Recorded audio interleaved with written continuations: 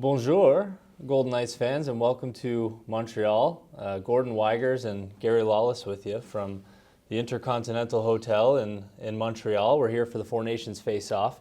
First of its kind tournament. Got started today with team practices. Great vibe around the rink today, Gary. What'd you think? Really cool. It's interesting. I've been lucky enough to have been to a few events like this, and there's just all kinds of different levels of anticipation. We were out of the hotel at 8 a.m. to go get our credentials, and then a bus out to Brassard. Practices today were at the Montreal Canadiens practice facility, and the first thing you do when you get there is you're sitting there and you're waiting. You go to the rink and you're waiting to see Team Canada was first to practice, and you want to see what the lines are, who's going to be paired with who on D. And for us, it was fun. The first person on the ice was Vegas Golden Knights goaltender Adin Hill, who is representing Team Canada here. We'd already seen some of his gear. He wore some of his gear at a practice last week, but not with the Team Canada practice jersey. So today we saw the whole kit. He looked fantastic. He said to me, when the tournament is over, he's hiding the stuff somewhere in his garage, but he said, I won't let this out of my sight. I think for him, it's a super thrill to have that stuff. I don't remember a better setup for an international goalie. There's been some good ones at the Olympics over the years. The Americans have rolled out some good stuff. Tim Thomas, Ryan Miller, but this is good. I'm not a kit guy. You'd have to have Millard on as a guest to discuss. That's all right. To discuss, the ins and outs of all of that. But so a really interesting day. Mark Stone skated on a line with Sidney Crosby, the captain of Team Canada, and Nathan MacKinnon. So that's a powerful line. Canada rolled out its power play. Its first power play unit will be Crosby, McDavid, McKinnon, Sam Reinhart, and Cale Makar. That's the greatest power play ever assembled. That's pretty good. Ever. We'll see. And so right away you're thinking about matchups, and Team USA is better in goal than any other country here. They go Hellebuck, Ottinger, Swayman if they ever get to. They won't get. I don't think they'll get past Hellebuck. I think he'll be the guy and play in all their games. But they're very deep in net, and then that power play that Canada rolled out is that's a massive strength for them. So it's been kind of a crazy stretch for us. We were in New York for a week with the Golden Knights, and then Boston, and then yesterday we went to the airport early in the morning. There was a snowstorm in Boston. We got delayed a little bit, and eventually got here. Did some work while we were delayed so we could post some content, and then got here, threw our bags in the room. Super Bowl Sunday. We had to go to a Super Bowl party. Had to. And we had fun doing that. It was great. And then came home at halftime. I fell asleep, missed the whole fourth quarter, but we were up rolling early today, and we watched Team Canada practice, then Team USA. Jack Eichel's on a line with Matthew Tkachuk and Kyle Connor. That's Team USA's top line. Austin Matthews is centering the line right back of that group, but Eichel is the number one center for Team USA, and Noah Hannafin, who was one of the last ads for Team USA, he's in the top six. He's on a pairing with Brock Faber from the Minnesota Wild. So Shea Theodore on a pairing with Drew Doughty of the LA Kings, which is kind of interesting. Dewey he's known as kind of was the arch nemesis of the Golden Knights early on. Had that comment in year one of the Golden Knights after Vegas beat the Kings. He was like, yeah, big deal. We'll be better than them at the end of the year. And then, of course, the Golden Knights, that turned out. Golden Knights swept the Kings in that series. So this is just day one. It's been fun. Yeah, you touched on it a little, Gary. We've got a lot of content coming from the Golden Knights channels to Golden Knights fans covering the tournament. We've been talking about it at length since we got here, and since we even started talking about hey, let's go to the 4Nations and pump out content. This is the first time that Golden Knights fans will get to watch their team's players play on the international stage. Now, World Championships every May. A couple guys have gone in years past. Mark Stone was the tournament MVP when he went in 2019. But best on best. Best on best, yeah. Right? You got the Stanley Cup playoffs going on at the same time, so it's not the same. Mm-hmm. This is first of its kind, doing the 4Nations style. First time since 2016, the World Cup of Hockey that we've had best on best. And we've got content coming your way all throughout the tournament, pods like this, articles on VegasGoldenKnights.com, one of which just went up earlier today, Gary, you talking about the allegiances that were put aside after players touched down in Montreal the other night. What'd you hear from those guys? Yeah, well, it was all Jack Eichel, really. The players for the Golden Knights, Eichel and Hanifin for Team USA, Stone, Theodore, and Hill for Team Canada, and Bruce Cassidy, who's their head coach in Vegas, but an assistant coach with Team Canada in this tournament.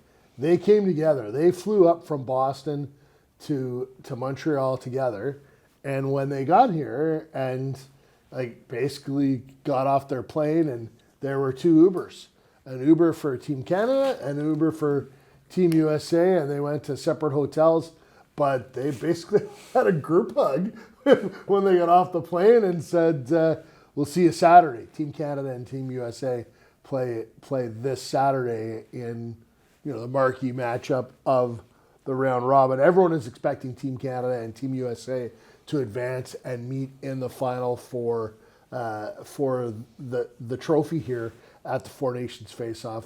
Team Sweden and Team Finland, hopefully from their perspective they'll want to have something to say about that. But Canada and USA are the favorites. The USA is the favorite, actually, which is kind of a new thing. The last time there was a big tournament in Montreal was the World Cup in 1996, the first World Cup, and the championship, the final game, was played in Montreal. I was at that game. Team USA beat Team Canada in an upset, and it was a war.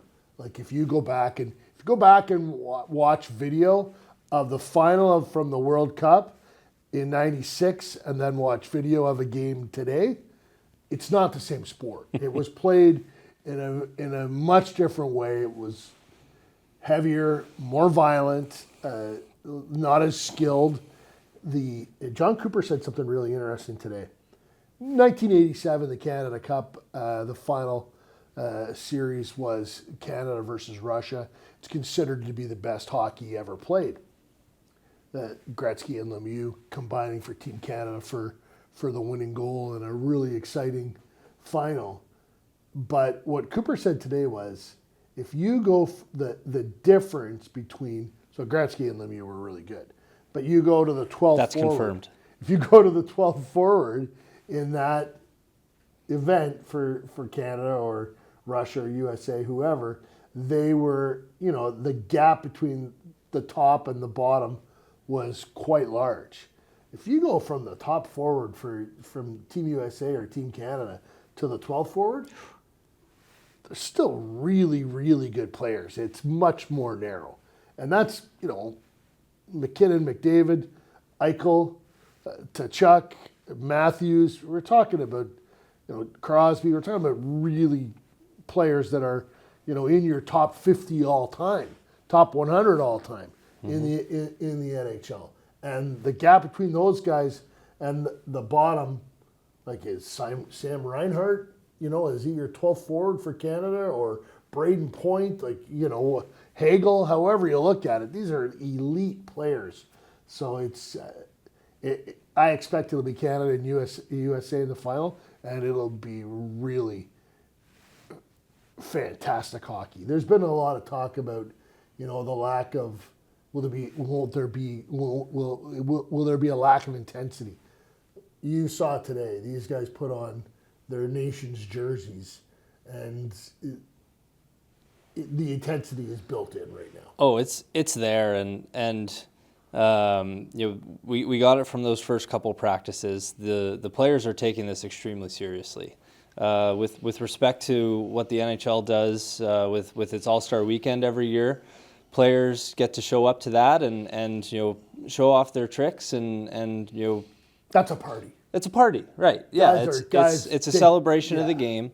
This is competition. Yeah, it's a free bar at the All-Star game, and guys take advantage of it. There might be a glass of wine at dinner tonight, but that would be about it. It's they're here to compete and to try and win it and try and win for their country.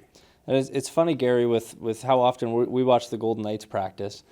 Watching Team Canada practice today, Aiden Hill said after practice today that every time someone comes down and shoots on him, it's a legend. It's a legend. Use the word legend. Yes. And that's maybe that's a backhand jab at his teammates in Vegas, but probably not. The caliber of player. I'm just looking at the lineup that you reported earlier today from Team Canada, and trying to put myself in the shoes or skates, if you will, of Aiden Hill.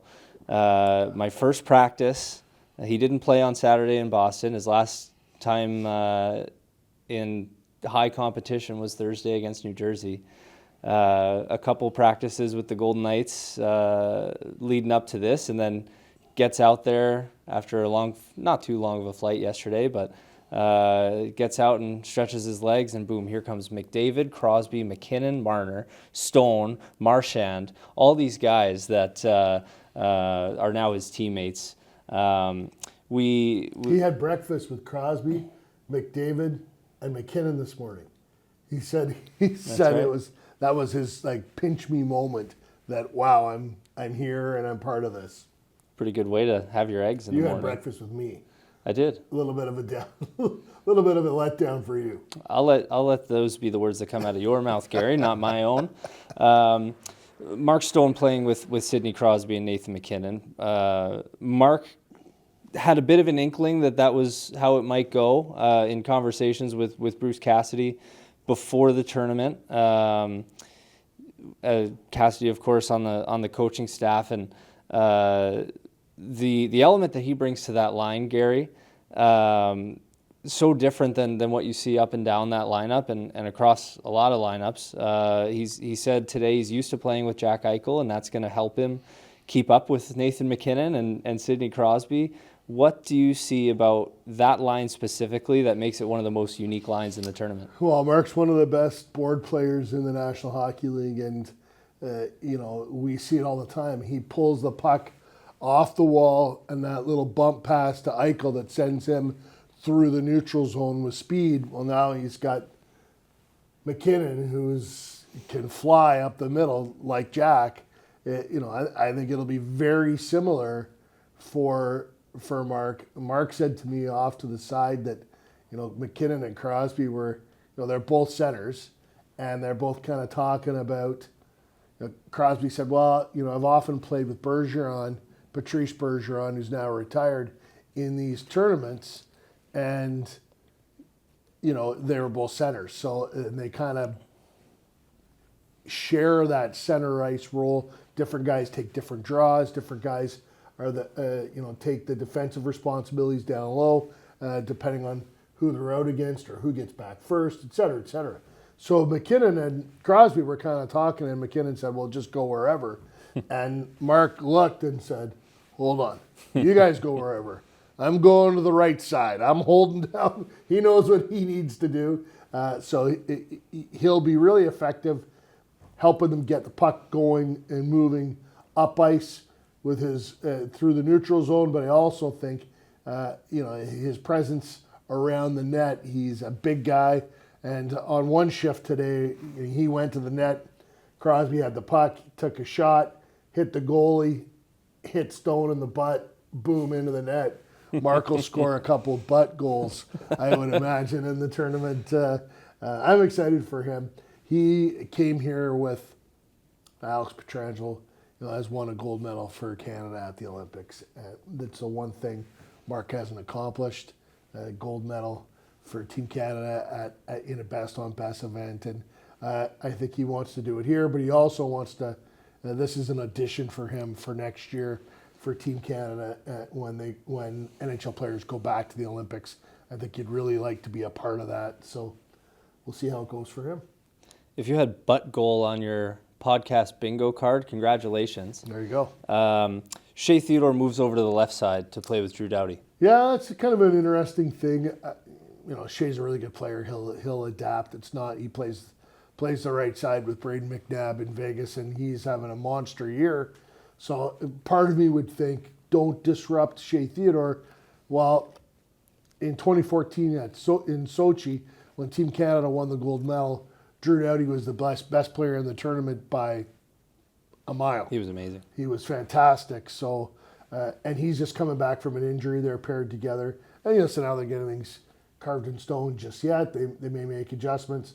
Shea said, he kind of smiled when I asked him about it. He'll figure it out. But I wonder if that gets tweaked as we move forward. Shea and Mark were on the second power play unit for Team Canada as well. So that's Aiden Hill said, he looked up and saw them together on that power play unit and smiled. And his comment, I love those guys. I hope they get some ice time on the second unit and get to score. You said the lines aren't set in stone. How exciting is that? What we saw today, yeah. These are the best of the best, and I could copy and paste your tweet from today and throw it in a random name generator, and it could spit out lines, even a line of Jack Eichel, Noah Hannafin, and Jake Ottinger. I would watch that line, and that's a goaltender. Sure, that's a goalie and a defenseman and a center. I don't think that works, Gordon. Well, not your best idea. Anything could work, Gary. It's best on best, and these are the is. best. Team Sweden, Team Finland skated today. William Karlsson was slated to join Team Sweden. Has to miss the tournament due to injury, and hopefully William will be back for the home stretch here for the U.S. Or for the Golden Knights in the U.S. Yes. When you look at, we didn't watch Sweden and Finland as closely today, but you look at the rosters and the pedigree of the players there. What do you think we'll see from the Nordic countries of this tournament? Yeah, well, they'll both be really good. Sweden will play responsible hockey. Finland they'll be a little more physical and they'll agitate. Sweden lost their top goalie in Jacob Markstrom, so they got a question mark there. Losing, the Swedes know how important William Karlsson is.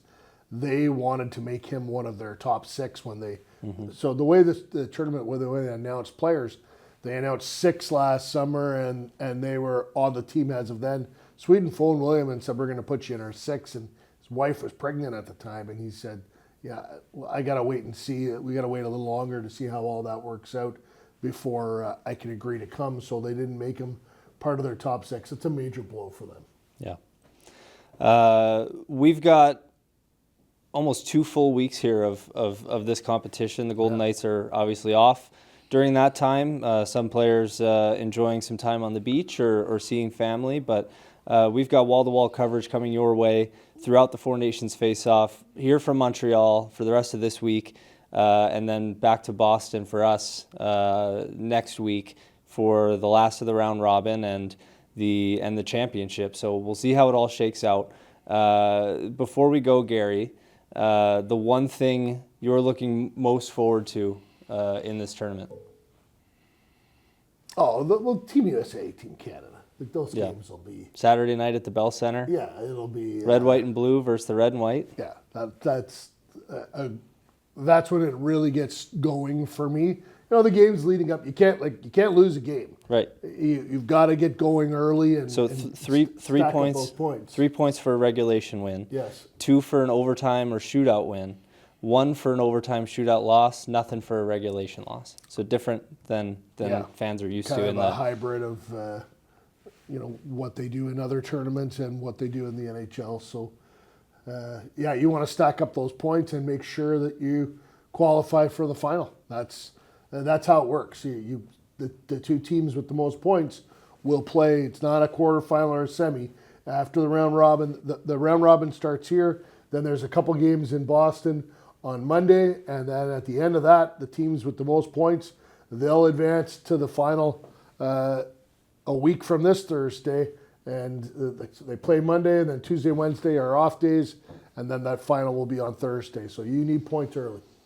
Lots to look forward to, and lots more coming your way, Golden Knights fans. We're coming at you all tournament. Can't see him; he's behind the camera, but cameraman extraordinaire Chris Jones, also from Team VGK, is with us. So we'll have a bunch of different guests on this podcast as the week goes on, but we're here to supply you with all your VGK content. So follow all of our socials, and we're looking forward to bringing you as much information and stories, anecdotes as we can.